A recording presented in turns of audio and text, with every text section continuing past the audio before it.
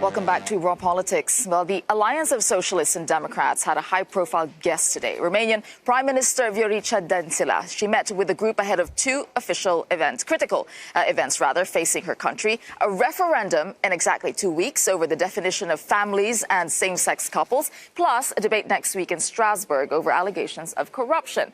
And today, Manfred Weber, an MEP, the leader of the European People's Party, he released a video on Twitter accusing the Romanian government of taking the country backwards. Take a look. The country is going backwards. The fight against anti-corruption and the independence of the judiciary is under pressure. We saw citizens this summer in Bucharest beaten by the police. Frankly, this is not acceptable. The fight against corruption is not a luxury. It is an absolute necessity to protect our citizens and the businesses from state abuse.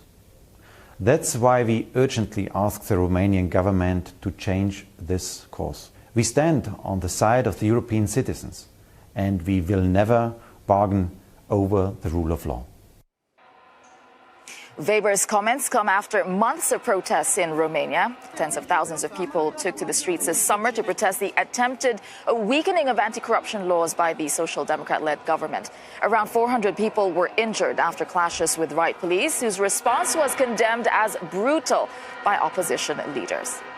Well, joining me in the studio to assess Bucharest's latest moves is our political editor, Darren McCaffrey, Euractiv Senior Director, Dan Luca, and UK Labour MEP Claude Moraes, also from the Socialists and Democrats group.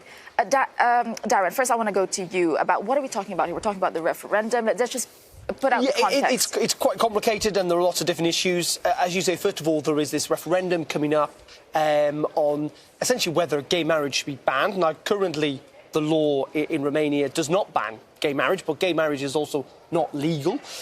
So it would enshrine essentially in the constitution something that we've seen many other European countries do the opposite of, for example. But this has come about because 3 million people signed a petition. It was passed by the Senate, and now the highest court in the land in Romania has said that this referendum should happen. But that is not what's led to these protests. The protests are also fundamentally about corruption, about a scene and a whole series of scandals that have hit Romania in the last couple of years, and this perception that anti-corruption laws and the ability for corruption to be tackled is failing. The problem where the protests aren't working, where there's been lots of focus on it and lots of people have turned out, we're talking about hundreds of thousands of people, isn't because it's such a disparate group. It's everyone who's united against the one thing of the government, but are actually divided on how you can possibly change things. So that's what's happening in Romania. And Claude, you were in the room with the Prime Minister today. Was it really as heated? Is that true? How heated was it? A question of heated, but she got a very robust and what set did she of questions. Say? Yeah. She set out what the Romanian position was, and I think what it is, Darren put it very well, there's a lot of history to this. Are there rule of law issues in Romania? Absolutely. I don't think she shied away from that because it's just patently obvious.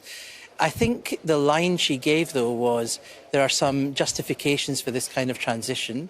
There seem to be pressures on the government, also from the intelligence services and other issues.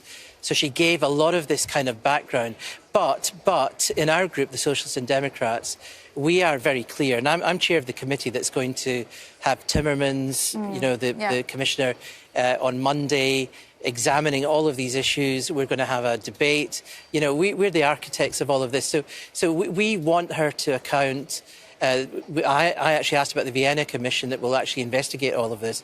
So we want many of these issues to come out in the open. She acknowledged that there are a lot of issues in the country. She acknowledged them, but I think Darren was implying it's quite a complex, murky kind of issue in the sense that many constituencies in Romania are picking on these issues for different reasons. And so I think if you look at Manfred Weber, and I think this is worth saying on a programme like yours, he seems very keen to suddenly get onto Romania when I think Hungary was not such a great issue for him. Right. So all of this kind of equivalence between Romania and Hungary is a little bit suspect. And Darren, you were also talking to some other people who were also in that meeting who have to say are using words light that it was a tense meeting, that there was clearly some frustration and anger, actually, I think, among some of the MEPs who were there about what is happening, not least of all, on this gay referendum. There was a sense that this was very contrary to the principles of the SND. And also, bunching in a whole load of stuff also that Romania is facing. There was criticism of moving the embassy.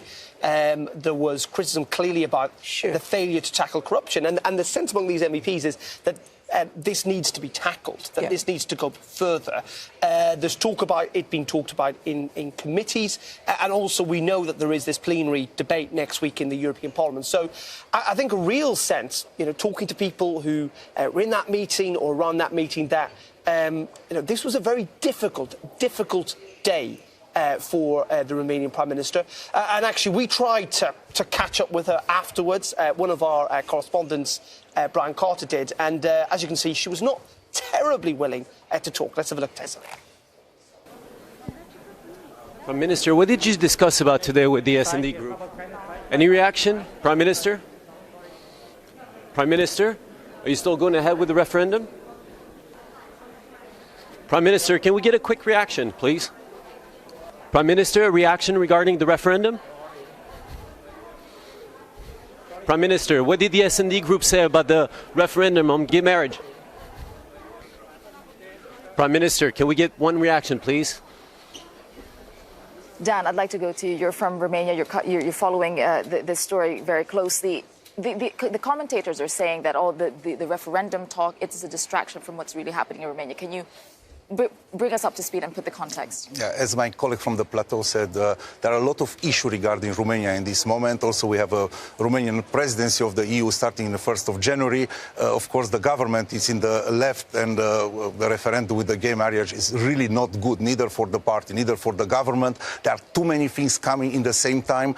Let's don't forget Romania, since the accession is in the monitoring mechanism with the European Commission, we have a lot of issues, and we need clarification. We need clarification here in Brussels, in Strasbourg, but also in Bucharest. And this is very important, and happened that next month, it's a paradox. Romania, it's a paradox in this moment. The Prime Minister is inviting the plenary to explain the situation in Romania, and 2-3 weeks later, the President Iohannis is coming to explain future of Europe, the Romanian vision. Do you feel that there is resistance from the Romanian government to whatever Europe has to say or the EU has to say? They will probably just go ahead and do as they please. I suppose there are different issues.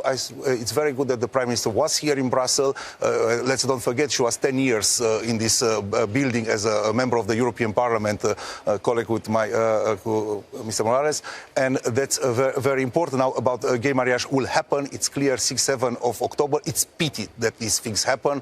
I don't believe it was the correct timing. It's not a good question. It's a shame that happened, this referendum. And I was just say, and I think this is, again, a sense of this just east-west divide that we're seeing in the European Union at the moment. Yeah. We add on to Poland, we add on to Hungary. We all know the problems with populism. Czech Republic's, there is a real chasm opening up, and it's quite a dangerous moment in some regards, because it all depends how the European Union is going to react to this. We have seen Manfred Weber try to take a tougher line. Or take advantage. Well, I mean, it depends. Slightly. But I agree with what you say about the referendum. Let me take that head on. You're absolutely right. I mean, this came via a petition, and it's kind of gone into the mix. And yes, people in my group care about it deeply, and I think you're right to it's like a running sore. And to be fair, the Prime Minister did answer it, said it was a petition. She answered this question also about the Israeli embassy, that the President decides, not her. Now, that's irrelevant to the external audience who see these things, and it all adds to this kind of tension.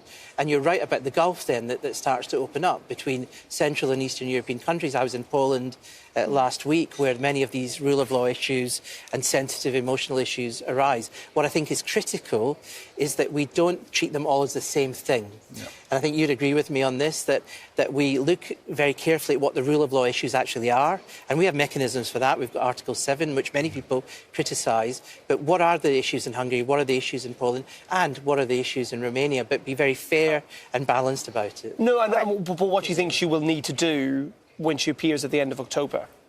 Well, I think she has to answer as Prime Minister. I'll give you 30 seconds, Dan, to say what do we look ahead to in terms of looking at the situation of the rule of law in Poland? You need a lot of 30 clarification, and don't forget the Venice Commissions will come with some report in the end of October, Yes. and it's a very crucial Okay. report Yeah. to base on the arguments, because here we have the feeling there are two parts and it's no judge, and we need some time. But in the same time, it's not only juridical, it's also ethic. Okay, Political, and we it's will ethic be, also. because Romania is on the agenda in Strasbourg next week at a plenary, so we will be watching that very closely.